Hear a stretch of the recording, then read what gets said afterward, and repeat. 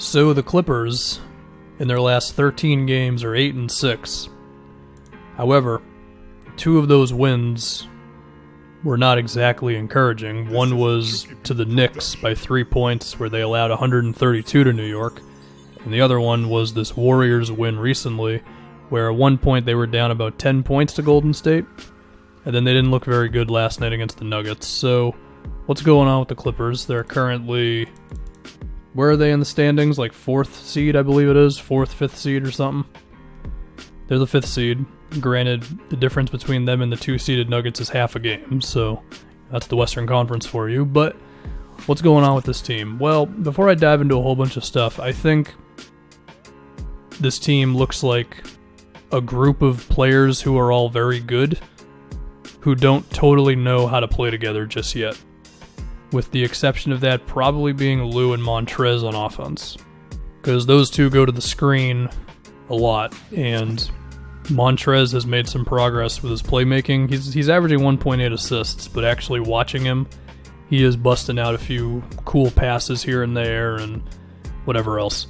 So, I guess because I'm already talking about the offense, their offense doesn't exactly flow a lot of the time.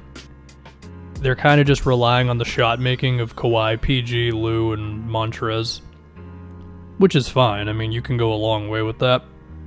And I'll point out the obvious now. Like, Kawhi and PG have been in and out of the lineup. When they're both playing, they're 14-4. When one of them leaves, no matter which one or neither one of them's in there, the record doesn't look as good and stuff. And you can feel free to not care about anything besides that stat, but I'm going to.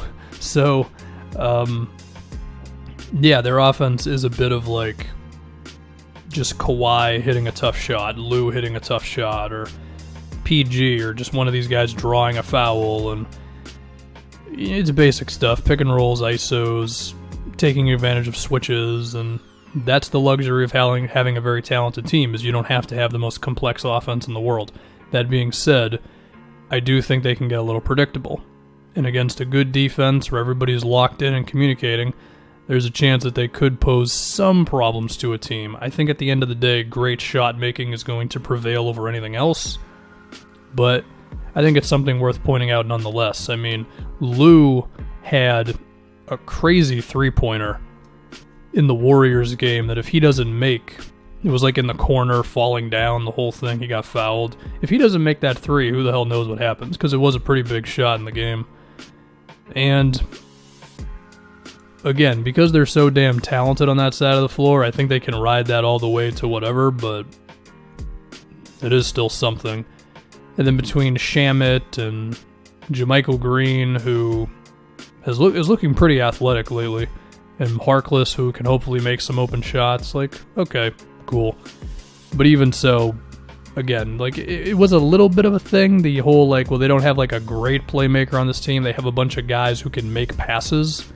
And I think we've seen that a little bit, combined with the fact that some guys have been in and out of the lineup. Now, even with all this said, if I look at their last 13 games, I think they're like 5th in offensive rating. Their numbers, their advanced stuff could be a little skewed because they've had a few blowout wins, a couple blowout losses in that time. So, I don't know. But if we get to the defense now, it doesn't look great at the moment, is the best way to put it. For all the praise that I can give Montrez on offense, his defense on screens, it's not glaringly bad, but it's not that great either. There are a lot of times where he doesn't really step up on the guy after he gets around the screen, and I don't know what to do with all that. Is Montrez simply not that good of a defensive player? I mean, perhaps. He's of course not the biggest dude in the world. You'd think he would make up for that with physicality.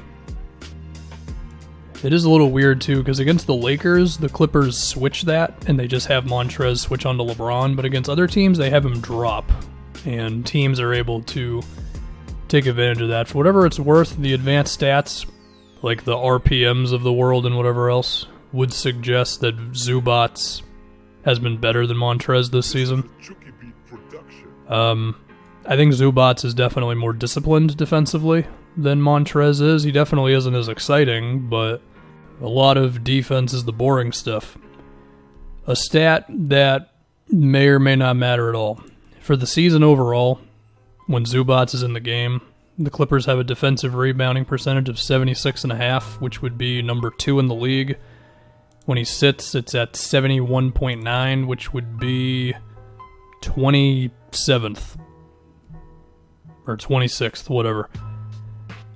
Now, those numbers are not as drastic in the last 13 games, which is really the sample size of like what the hell's going on with this team. So maybe that matters, maybe it doesn't. But I do think Zubats is a better defensive player than Montrez, certainly. Now, in terms of the defense overall, and again, you can choose to just say when Kawhi and PG and Beverly and JaMychal and Harkless and all these guys are out there, their defense is going to be totally fine. But I will say, watching this team defend, and I mainly looked at the Warriors and Nuggets games, and then just generally watching this team all year, that they're a little slower than you might think. And not just outside of Montrez, but I mean everybody getting around screens and that type of thing. I mean, Lou has never been a defensive player, is one way to put it. That's continuing this season.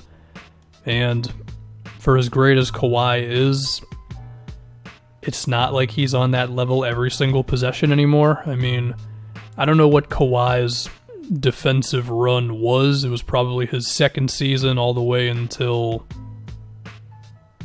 maybe 2 years ago or 3 years ago with San Antonio. Since then, like since he had the year where he didn't play, and basically from Toronto to now, he is a very good defender who can occasionally be great, but he's not the second coming of Scottie Pippen 48 minutes a game anymore, which is fine. Okay, it would be ridiculous of us to expect that given his offensive workload and the injury stuff.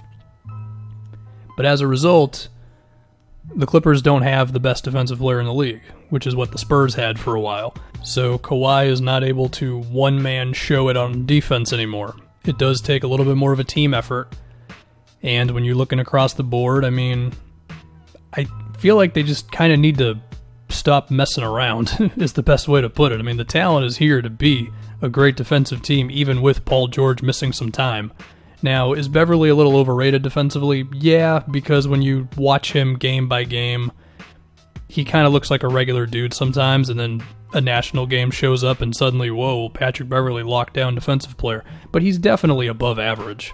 And yet he's getting beat around screens sometimes, or he's a little slow to step up on a shooter, or it's just all that type of stuff. And I think it just takes a collective effort of everybody just being like, we just have to do it. We have to close out on a guy a second faster than we are right now. We have to clamp up on ball handlers a little bit more besides Kawhi doing it in like the fourth quarter of the Warriors game. Again, Kawhi can go to those great elite levels defensively, but he just can't do it all the time, and everybody else has got to pick up the slack. And up to this point, they probably haven't, which is cool because I still think this is the only team in the West that can beat the Lakers in a playoff series, but this team does not look great right now. And I think if you're just going to say, well, guys have been in and out of the lineup and stuff, I mean, that matters, certainly. But to just think that that's the only reason why they're not just destroying everybody right now, I mean, you could be right, but I'm just not going to be on your side on that one. I do think there are some things this team needs to figure out. Some of it's the flow and the continuity on offense, but I think a lot of it is just not just saying you're going to do it on defense or thinking in the back of your head that you can do it on defense, but just actually doing it possession by possession. And whether that means fighting over a screen or stepping up on a ball handler after they get around a screen or closing out on a shooter, just all that stuff that you need to be a good defensive team.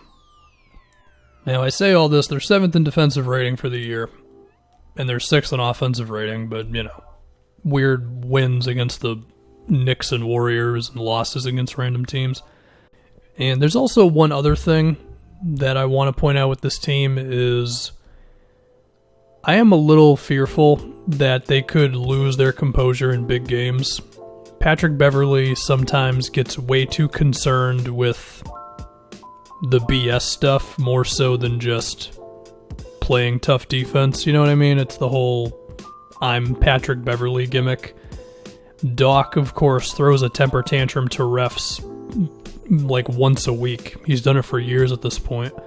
And also, even Lou, who, not necessarily composure with him, but he does have a bit of like ticky-tackiness to drawing fouls, and it usually doesn't work as well for him in the postseason. It did in these previous playoffs, but before that it was like kind of a common trend with him. It was like the refs just wouldn't let him do random little things to draw fouls. And when you put all of that into a blender, and perhaps it's against a certain opponent in a tough playoff game, then maybe it could be a thing. Now, I expect Kawhi to stay composed no matter what happens, but it's only one guy. Anyway, that's it. That's the Clippers for you.